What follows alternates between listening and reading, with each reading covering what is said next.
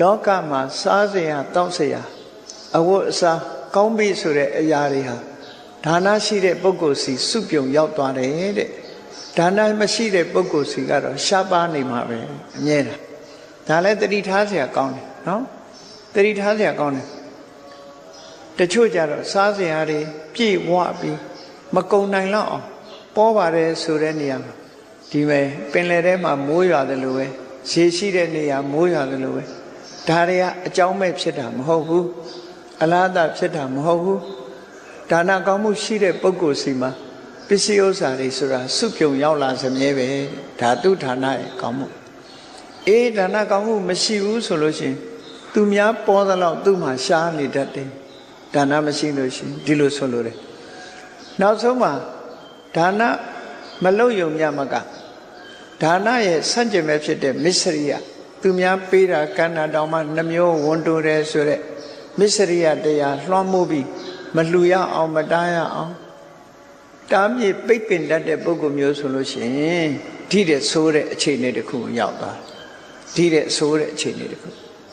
သူ့လက်ရောက်ရင်စားပွဲတောက်ပွဲတွေပျောက်သွားတယ်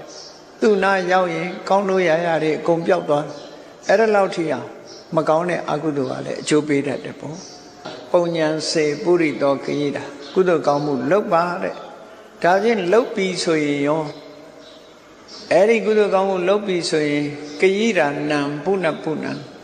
ချိန်ချိန်ထပ်ထပ်လုပ်ကုသိုလ်ကောင်းမှုလုပ်မယ်ဆိုရင်အချိန်ချိန်လုပ်တခါလေးနဲ့ဂျင်းတ်မနေနဲ့ဘာဖြစ်လို့အချိန်ချိန်လုပ်ခိုင်းတာတော့ဆိုရင်ကောင်းကျိုးချမ်းသာတွေရစေခြင်းလို့လူကလည်းကောင်းကျိုးချမ်းသာတွေရခြင်းဒါကြောင့်ကုသိုလ်လုပ်တယ်ဆိုအချိန်ချင်းထပ်ထပ်တော့ကောင်းတဲ့လုပ်ဆိုတာထပ်ထပ်လုပ်ဖို့လိုအပ်တယ်ဒါကြောင့်မို့မြတ်စွာဘုရားကတံမိဆန္ဒံဂိရာထကုသိုလ်လုပ်ဖို့အတွက်စိတ်ဆန္ဒကိုမွေးထားပါအဲ့ဒီမွေးထားမှကုသိုလ်ဆိုတာဖြစ်တယ်လို့ဒီလိုဟောအဲ့ဒီဖြစ်ပေါ်လာတဲ့ကုသိုလ်တရားတင်ညိတတတကံဟောတိတင်စအာရာယခိစ္စတိကိုယ်စိတ်ထဲမှာဖြစ်တဲ့အရာဟာကိုယ်နဲ့သက်ဆိုင်နော်ကိုစားလိုက်တဲ့အစားအစာဟာကိုနဲ့မတဲ့ရင်လည်းကိုပဲတဲ့လို့ရှိရင်လည်းကိုပဲအကျိုးပြုမှာပဲဖြစ်တယ်ထို့တူပဲကိုယ်စိတ်နှလုံးထဲမှာဖြစ်ပေါ်သွားတဲ့သဘာဝတရားတစ်ခုဟာကောင်းကျိုးချမ်းသာပေးရင်လည်းကိုယ်ပေးမှာပဲဆိုးကျိုးပေးရင်လည်းကိုယ်ပဲပေးမှာပဲဒါကြောင့်ဒါကိုဆိုလိုတာတင်ညိတတတကံဟောတိကိုဟာဖြစ်သွားနော်